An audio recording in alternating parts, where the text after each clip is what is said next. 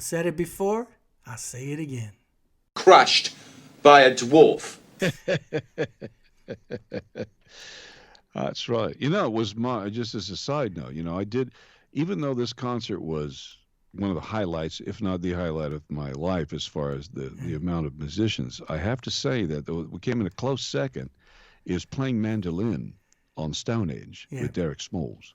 Because I toured with him and with CJ. CJ got me into the band, right. And I was actually able to play that. So as soon as they said, "Oh, how they danced," although there wasn't any dwarves on stage, but I did get a chance to play mandolin on that. So that was, in fact, the pinnacle of my career. Well, of course, I'm well aware of CJ's connection with Derek Smalls, and I knew that you were in that band.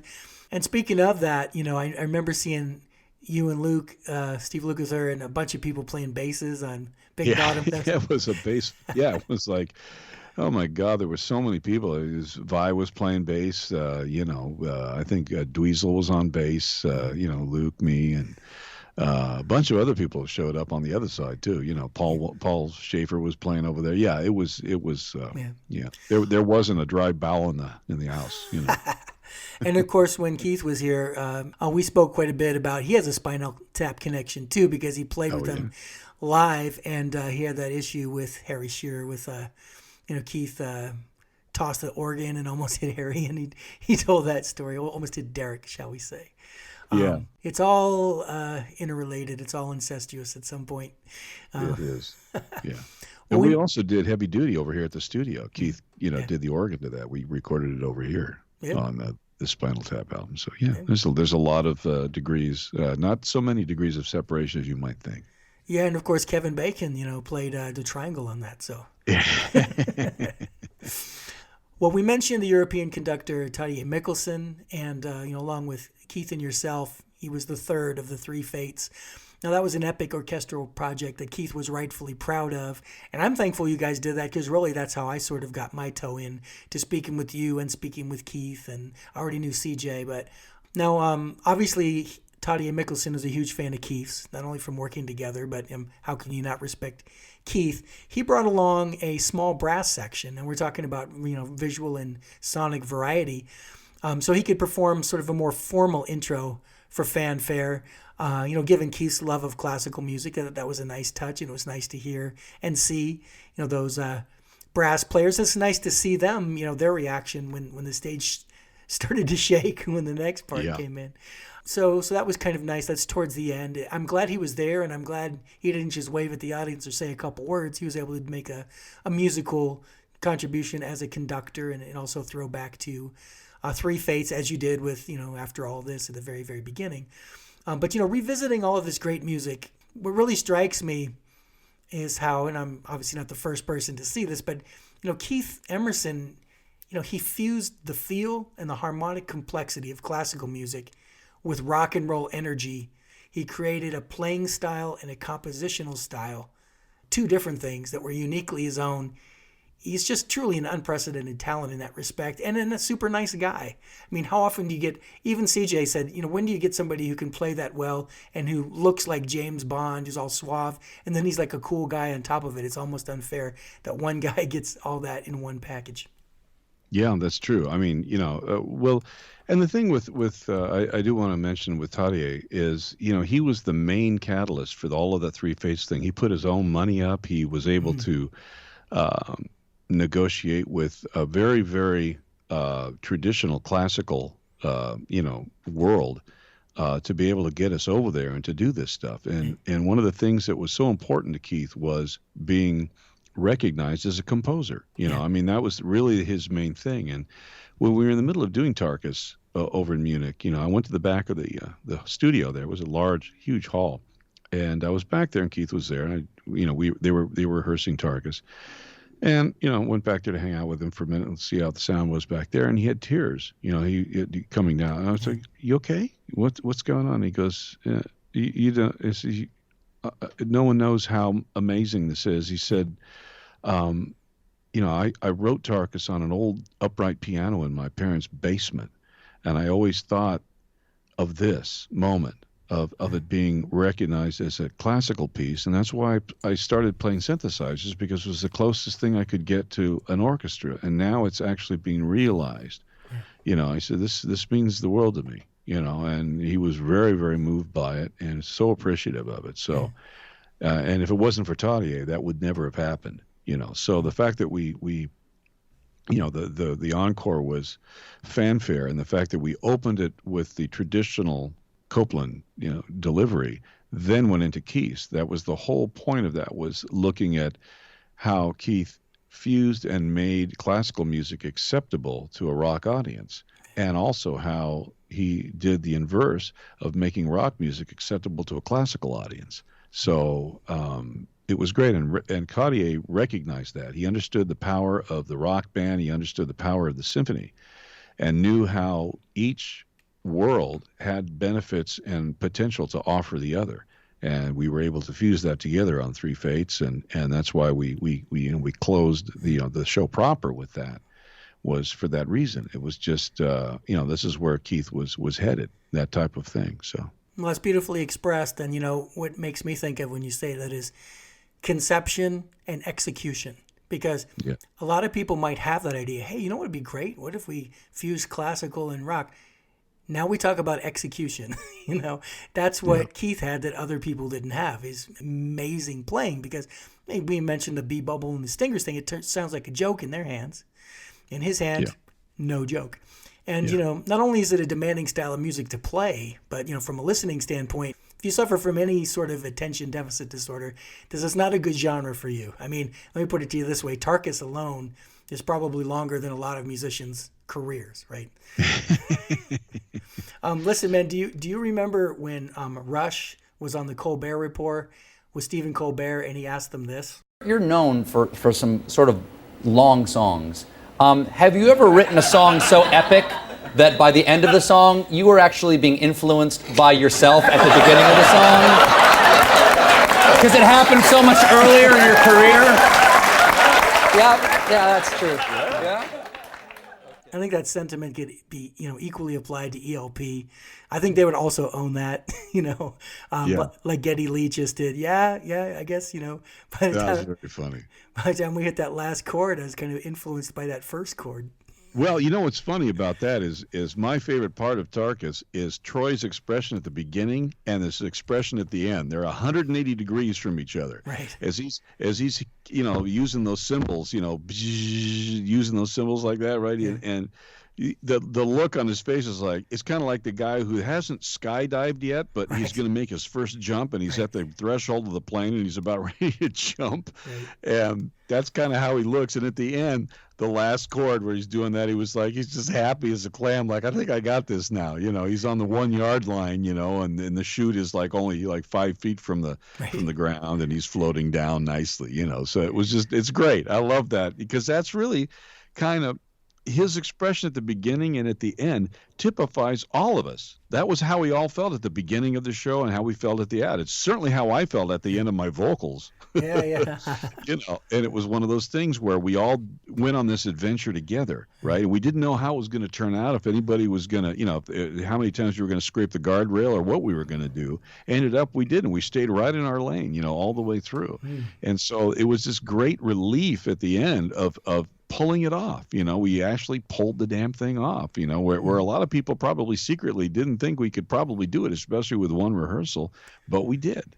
Well, now that we've had this conversation, it all makes sense. Nobody wanted to be embarrassed in front of Rachel Flowers. That's right. That's right. It's also nice that the whole thing was documented, because as I've said a couple times now, you guys really delivered quality on every single level. It wasn't like, well, this was good, it's too bad the sound wasn't as good, or this guy played well, but it's too bad she didn't, or it's too bad that the set didn't have this or that. I don't see how anybody could have any complaints about any of this. In fact, in my opinion, as a listener and a viewer, after the first 2 or 3 performances of the show, you've already gotten your money's worth. Like, the rest is just bonus as far as I'm concerned. Well, yeah. I mean, the fact is, though, I think one performance begat the next one. In other words, when you heard Kai do her thing, it's like, okay, we can't be less than that. We've got to stay up with that, And I think each one was like a raisin call, where it was just like, we can't let anybody down now. We just had this, we just had that, and so I think that excellence perpetuates itself if you're in the right group of people, where the Keith persona, the quality of the and craftsmanship of the compositions, the production, of those, all of that stuff is like where you have to start from, and then you have to move up from there. So, nobody wanted to let down the last person, and so that's why I think it just keeps improving and improving and improving, is because of that thing where everybody doesn't want to be the weak link to any of this stuff, and knows that they owe it to Keith to do the best they can, because that's what he brought out in people. He certainly brought it out in me. I've done some of the most important stuff that I think I've ever done with Keith, because he gave me permission to do it. And that's the thing. That's why we had the trust that we did. For that reason, is like, he said, yeah, go on, do it. Yeah, try it. Yeah, see if that works. He was always bold and fearless, and those are the things that kind of translated. And I think with everybody, that's why you get the performances that you do. Well, we know that the 2 CDs are going to cover the audio from the show. You've also got 2 DVDs. What can you tell us about some of the bonus content above and beyond the show itself? Michelle Moog came on and did a wonderful speech, about her dad and Keith, and all the things that they, he brought to their company, and just the friendship that he and Bob had together. And then Mari came on with Aaron and Joanne and I think Keith's cousin, if I'm not mistaken, to talk about the family kind of angle, of Keith and family and all of that. And so it was a couple of beautiful speeches. And then the artist interviews, all the guys that played, and their kind of their vision of the music and how it changed their lives, and the first time what they heard the first time, and just the whole overview of how they felt about it. Wow. So it's great. You get to learn a lot about them. And then there's a very extensive photo gallery, and we've put it into 2 or 3 different areas where you have all of the footage from the night, photos from that night, and then you have a lot of the ELP photos that a lot of the like very famous photographers gave us permission to use. It was great, and so you get some really high quality film there. And then we've also pilfered his mother's photo book, which was something that no one has seen, and those are like family photos of Keith when he was just a nipper. Wow. It's great, of him growing up and all of that were in his mom's photo album that never saw the light of day. She collected everything, and there's all kinds of wonderful stuff still in the archives that the estate has been uncovering, that I'm sure at some point they'll make a book, like a coffee table book of something of these great things. And so and it was great. I was talking with, oddly enough, one of the pictures is in there of Keith with his little bolo tie, with his hair slicked back playing piano. It was the same time that I was talking to Rick Lee from 10 Years After, right, the drummer. It was lovely, lovely man. And he said that his sister was taking ballet and modern dance, and who was the accompaniment pianist was Keith. Keith was accompanying at the dance studio. He'd go down there, put the music up, and he would accompany him. So I was like, and these are like photos from that era, so it's very cool when you see this stuff and you relate it to what the history was back then behind it, so it's very cool. So there's some great moments on the special features as well, So. Yeah. So I'm glad we touched on that, because, of course, I've seen the show, but I haven't seen that stuff yet. I'm looking forward to it. But the other main thing I really wanted to be sure to tell everybody about, it pertains to the proceeds from the DVD sales. This is not really a for-profit type of product. It's been earmarked for a particular charity, so we definitely want to touch on that. Yeah, it's going to the Dystonia Medical Research Foundation. They've set up a Keith Emerson Fund. And this is why it took me 5 years to get to the point where I could release this, because every record company that wanted to release it said, oh, no, we take a, such and such a degree profit. That's just how it is. And I said, no. This has to go to charity. And they'd all say, well, good luck with that. You're not going to find anybody that's going to do it. Well, we did. We found Cherry Red Music, through Martin Darville, and he was instrumental in getting kind of a favor done for them. They decided they would do this for us, and so it was great. And so the 90% of the proceeds will be going to the charity. The 10% is just production costs, the generating the artwork and the CD and Of all course, of that yeah. other stuff, that just the machinations of getting it out there, authoring and such. But beyond that, once those personal costs are recovered, then it all goes to charity from that point on. And like I said, they're overjoyed there, because it's they didn't know any of this we were planning, and all of a sudden Mari called up and says, "Hey, look, we want to donate." And they're like, "Really? That's great," because this was the disease that Keith suffered from with his hand, Yeah. and it incapacitates a lot of musicians. So we decided this would be the right way to do it, and that's why everybody signed up in the first place, because they knew that this was all going to eventually go to charity, and that was the thing, and so their hearts were behind it for that reason. And so it's all going there. And I do want to mention how wonderful the cover is, because Jerry LaFaro did the cover. Yeah. And an amazing job of a recreation of the Tarkus battle with the Manticore. Yeah.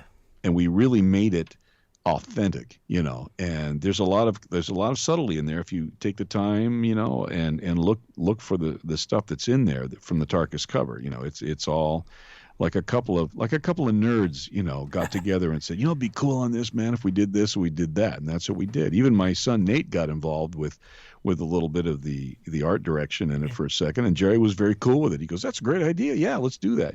So it was a wonderful cover. He did an amazing job, and he's going to be, selling shirts and posters of that stuff, and that money also, is going to go towards charity as well. So again, everybody involved in it is brought their A game, and it's all going for a good cause. So that's what I'm most proud of. Well, it's obviously a labor of love, and It is. all the things we've touched upon. You don't want to get right up to the goal line and then get some sleazy shark in there who goes, "Oh, Keith Emerson tribute. Maybe I can, Right. get myself a yacht off of this." And I want to make sure everybody knows that this is going to be released digitally on March 11th, and then physically on March 19th via that UK-based label, Cherry Red Records. You can go ahead and tell everybody the significance of March 11th if they've forgotten. Well, March 11th was, it'll be the 5-year anniversary that Keith departed us. Right. And, I know everybody's going to be bummed that day. And we thought, this would be a good thing to pick everybody's spirits up and actually celebrate his life. Yeah. Because it really is about the stay. It's not about, the departure, and the way I look at things, and look, I just lost my father not too long ago, like 3 weeks ago. I know, yeah. And he was almost 100, and amazing man, and was my role model for friendship and how to be a father, how to be a, husband, and great work ethic, and people have been asking me, how you doing? And I said, I'm doing fine. Because I've seen this enough to understand that life is like a movie, and you go to see, let's say you go to see a great movie, right? And you go through it and it's like, what a great movie. Well, at some point the credits are going to roll, right? They're going to roll, and you're expecting them, right? And you walk out of the theater, you're not sorry that the credits rolled. You're just glad that it was a great film. Like, man, that's a good film. I'm glad that I saw that. And in anyone's life, the credits have to roll at some point. Now, sometimes that movie's 3 hours long, sometimes it's an hour long. But if it's a great film, you come out going, you know what, I got my money's worth out of it. And it was worth the price of admission. And like with my father, same thing with my constituent, my buddy Keith. It was a great life, and I was glad to be part of it. It was a great movie. So the fact that the credits rolled, it's okay. It just happens, and you have to accept it. You can't control it. The only thing you can control is your reaction to what happens. And this was our reaction to what happened. It was for us to do a celebration and a tribute. So that's what we did. We made a negative into a positive. And a lot of relationships were born out of this event, a lot of friendships, and a big amount of accomplishments. So that's what we're doing. And we're helping the next generation of people that have this affliction. So it's well worth, it's well worth the money you're going to spend to buy it, and it was well worth our time and energy to contribute to it. Very, very well said. And I saw some of the tributes to your dad you posted, and another thing you have in common with CJ, because he went through the same thing with his own dad not long ago as well. And we've been speaking about money. Let's get into the details. Now, if any of our U.S.-based listeners are concerned about going to this website and things are in English pounds instead of American dollars, you don't worry about that. I mean, I pre-ordered mine. I used PayPal, It was a breeze to convert the currency.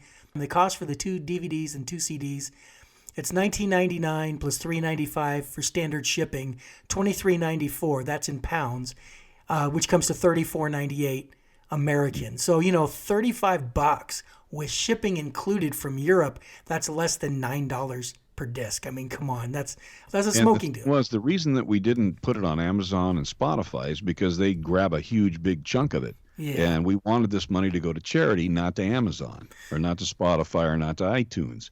Not for a while, at least. We wanted the thrust of the sales to go to charity. So that's why we did it that way. We figured this would be the best way to get the most out of our buck for the charity. So that's why it's only available right now at Cherry Red Records. You can you can go online, you'll be able to see it. It's just Cherry. I think it's cherryred.co.uk.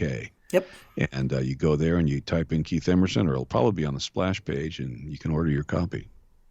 Well, I'm going to go ahead and repeat the website information as we wrap up here one last time. But, as I watched the concert and was trying to decide, what music did I sort of want to feature, it was obvious I needed to end this podcast musically the same way you guys ended the show.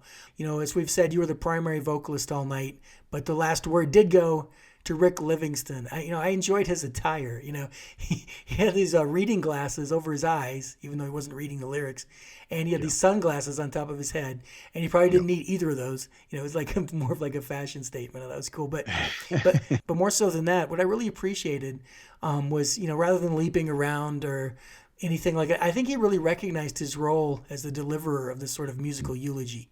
I thought his demeanor was just right on point, if you view it that way. Yes, I do. I thought he just stood there kind of immobile and just emoted, and knew that this wasn't, this was a performance song, but it was more to it. I mean, the lyrics are very poignant. They're very much on the spot, and I got to hand it to Skunk because he decided he wanted to try pedal steel on it. Mm-hmm. And he asked me, he said, "What do you think about pedal steel on the intro? The thing that you usually do, the EBO." And I said, "Oh man, I've never thought of that. What a great idea." And he just did a beautiful rendition of the first verse of that with just the other guitar. It was just absolutely gorgeous. And I think that kind of set the mood for everybody. Yeah. And, it was just an amazing moment, that going through that. And I think Rick picked up on that and just knew that this wasn't, because you can certainly tell in the final tune that he knows how to move around. Yeah. So it's not that he couldn't do it. It's just the fact that he knew that this was not the time to do that, that it was just, he was there to sing these lyrics, which he did an impeccable job with. And, and then we did the rest around him, and Eddie did an amazing job with the Moog. Luke did a beautiful solo, just such a gorgeously, just the perfect solo, like Luke does, just no fast riffs, just told a story, just picked up as if it was an extra verse he played, and so everybody knew it. That's, again, everyone was a servant of the music. Yeah, it's almost like, my first thought was like the punctuation at the end of a sentence, but I thought that's not enough. It's more like where it says the end at the end of a book, and even that's not enough, because it's really, the punctuation on Keith's life, I think. Yeah. It's like a little musical punctuation mark to sort of summarize the evening and, and his memory. So yeah, it was just like I said, it was serendipitous, the whole thing, the way everyone played, the way you laid it out, and I didn't really see any other way to end this. Yeah. Well, it's always great talking to you, especially about something as awesome as this. So thanks very much for being here, Marc. Well, and listen, I'm honored that I was one of your first guests back on, because we've missed you for a year, so, and you've always been such a great interviewer, and you always do your homework, and you're always asking these questions that they're like, yeah, I would have asked that question. That's a great question, so it's always a joy to be on your show, Dan. Well, thank you so much, Marc. Well, to order your own copy of Fanfare for the Uncommon Man, go to cherryred.co.uk. cherryred.co.uk. And when you get there, just search for Keith's name, and it will come right up. Having already seen the show, I can guarantee you will not be disappointed on any level by this set. It's a win-win situation. Add as many wins as you want in there. Once again, I want to thank Marc Bonilla. Thanks also to CJ Vanston. David and Jason Woodford, Mike Jacobs, Kevin Courtwright, and Andrew Green. Of course, extra special eternal thanks to the man himself, Keith Emerson. Hopefully he and Greg Lake are having some fun jamming together with Neil Peart, Keith Moon, John Bonham, sitting in waiting for Carl Palmer to arrive. For Carl's sake, let's hope that's a long ways off yet. But it's just kind of nice to imagine the players we've lost having a chance to get together. But in the meantime, everybody check out this set. Check out this last little bit of awesome music. Thank you for listening. And we'll see you next time. So long, everybody.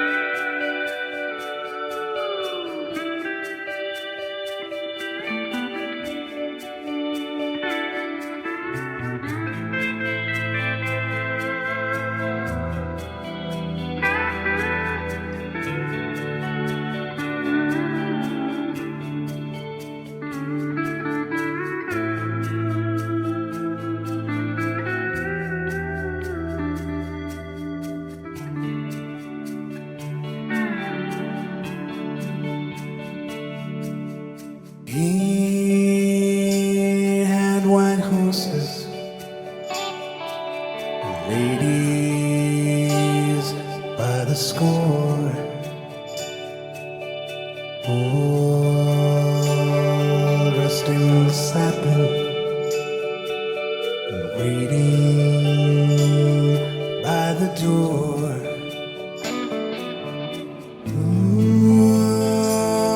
What a lucky man he was.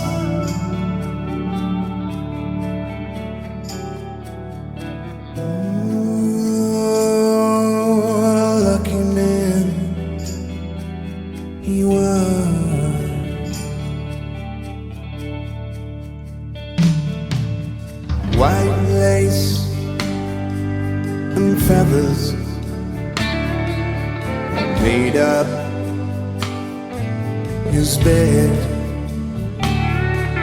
A gold-covered mattress on which he was laid.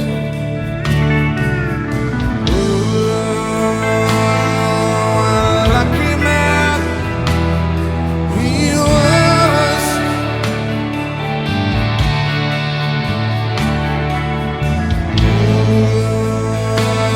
What a lucky man he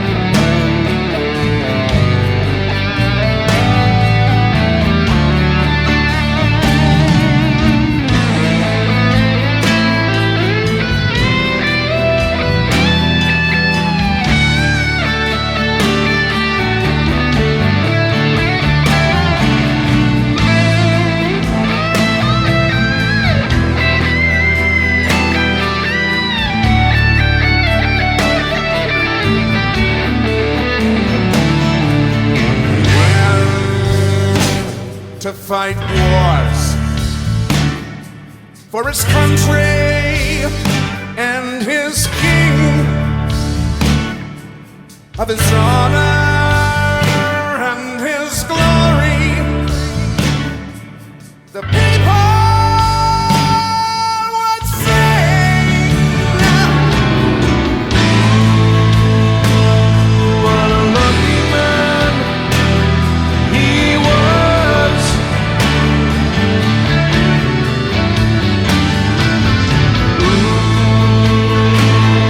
What a lucky man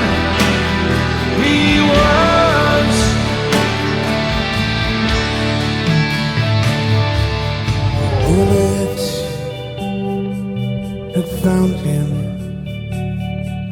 His blood ran as he cried. No money would ever save him, so he laid down.